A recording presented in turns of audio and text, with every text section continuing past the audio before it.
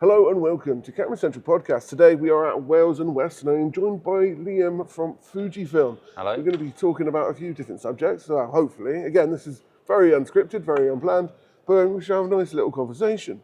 Anyway, just talk about kind of like what you do and, you know, where your area of expertise lies.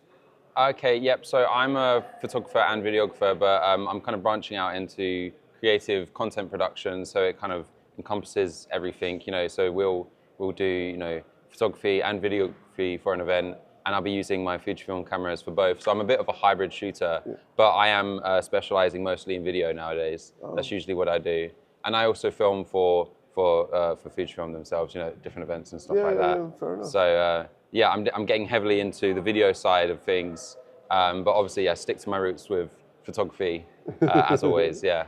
Fair enough. So what have you thought of the show so far today then? Yeah, the show's been today, the last couple of days. Yeah, it's been great. There's been so much interest, you know, from both you know, customers of X series and GFX. It's good to see people kind of, you know, more people getting into medium format and kind of understanding the benefits. And it's also good to see people who are already really interested in it, and then they just have a few questions that, you know, they want to ask, and then you can kind of clear their mind about what's going to be best for them. Yeah, you know? I feel like the show has this really good kind of like midpoint where you can actually really talk to people and just find out the in-depth stuff where in other places maybe it's a little bit harder to talk to people. But what I would say from there, I mean, you've got two new products that have been released recently. You got the X-T50 and then the GFX 100S Mark II. Yes. Both of which I actually managed to go down to Safari Park and actually shoot with. They are incredible. What do you think of them? Yeah, I think they're great. I mean, they're both incredible cameras. Obviously, two ends of the spectrum. You know, you've got medium format and then you've got APS-C, but the T50 especially is one of our smallest APS-C cameras, but it's got the same resolution and quality as one of the larger cameras like the XH2 or, you know, the T5. But it's an incredible camera, and it's unbelievable, you know, how much you can get from it, considering its price and its size. And then the same for the, you know, the 100S. It's such an incredible camera for its price point, and the fact that we now have medium format cameras in such a small kind of compact size. People are using it for events and street photography and travel, and people are using it for things that you would never do before, you know. And one of those things when it comes to the GFX 100S Mark II is not necessarily geared towards it. It can do it quite well still, but the GFX series in general, people are using it more and more for video, for what you'd otherwise spend on an ARRI camera like 60, 70, 80, 100,000. Yeah, definitely. You can actually get the look out of a Fuji thing, especially when it comes to your colors as well. Yeah, definitely. I mean, one of the you know, the best points that people comment about, you know, with our system is the colors. And you know, in cinematography and filmmaking, that's really important, and it's really good to have, you know, nice and natural skin tones and be able to play around with the color a lot in the post.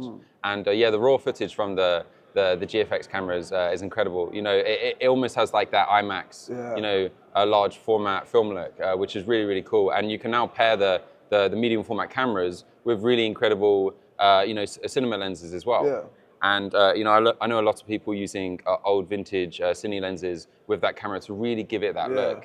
And yeah, I'm really impressed with it so far. No, it's been really good. But that's not to discount the APS-C lineup, of course, because it is absolutely awesome. I mean, you use it quite a lot for conferences, I believe. Yeah. So I use the APS-C stuff mostly for filming events and for conferences, because you know, I use you know, 3 to 4 cameras at a time. Especially when filming a conference, you know, full presentation. You know, you need multiple camera angles, and it's just great to have that ability to have, you know, loads of different cameras, but all of the same, you know, quality. And I can afford to have that many cameras and lenses to go with it because of the system. You know, the APS-C system is much more, you know, affordable than full frame or medium format, and it means that I have the ability to have 2 or 3 cameras rather than just 1.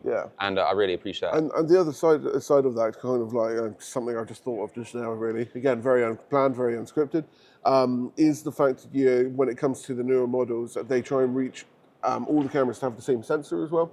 So when it comes to affordability for filmmakers looking to do multi-camera shoots or need more overall, it actually ends up working out because you can have like a main camera that you use for yourself, and then you can make sure you have the other ones. I don't know if So basically in our lineup, the X-H2S is probably the best one for video in the APS-C range, but you've also got the XS20, which is like its little brother, and it's still got the 10-bit 422 video. It's still got long recording. You can attach a cooling fan to it as well. And yeah, it's really, really good to have, A camera as the XH2S, and then, B and C cameras with the XS20.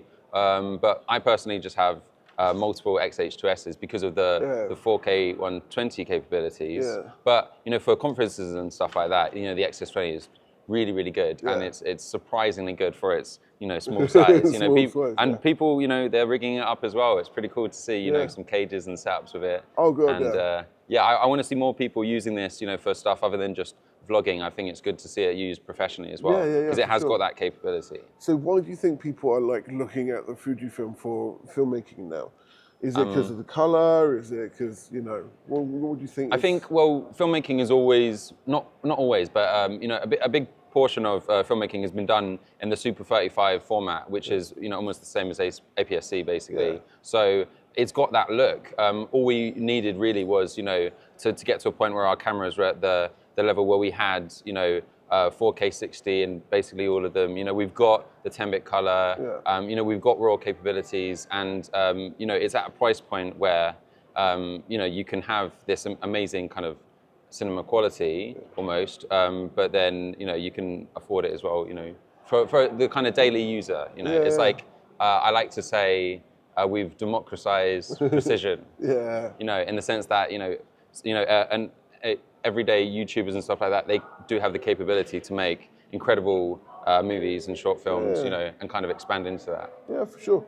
So why do you think people should actually pick Fujifilm over the other brands then? Well, I mean, obviously, it's always, whatever's best for you.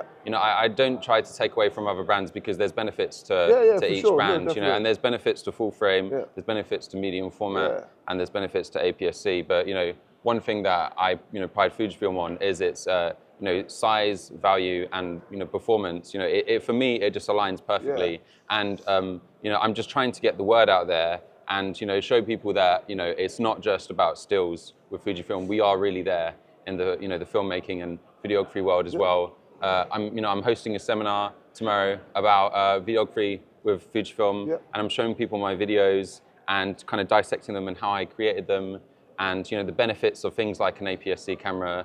Having small lenses, like 1.4 lenses on a full frame system are going to be a lot heavier and a lot bigger, and your gimbal might not be able to take that. But my APS-C 1.4 lens is only about this big, and it's still really lightweight. And my mini gimbal has no problem with that. So and there's something to be said about that, because when it comes to Fujifilm in general, their tech is actually super light. And what I was impressed by with the GFX 100S Mark II, it's a lot of numbers there, was the fact that the 500mm is the same weight as the Sigma 500mm full frame, as it is in medium format. And I know we were talking about it being nice and light, but it also goes to the other end of the spectrum when it comes to larger full frame. It's the system that is engineered to be light and high quality, I think. Yeah, definitely. I mean, the difference between medium format cameras 5-6 years ago and medium format cameras now, it's come a long way.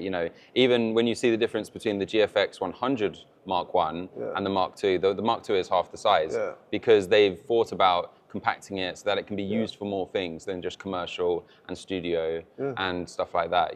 They really want to make it as portable and lightweight as possible, because then it opens up the doors to what it can actually be used for. And it's the same with the APS-C cameras as well. That's like the main thing, but I think GFX, they're definitely trying to keep everything lightweight and portable. And I was very surprised with the 500 about how light it was. And it looks like it's going to be really heavy, but it's not. It's actually really impressive. We are building up a queue here at the moment, so I think we'll probably have to call it. And then have you got anything else to add? Check out our latest products, the X-T50, GFX 100S Mark II. And you can rent them. We do 48-hour free loans if you want to come and try it. That's pretty cool. And check out the House of Photography in Covent Garden. and you can touch and try all of the stuff every day of the week, not just at the events. We've got everything there, so Amazing. come down. If you have any questions, just put them down below. If you enjoyed this video, please like, follow, and subscribe if you want to see more. Have a good day.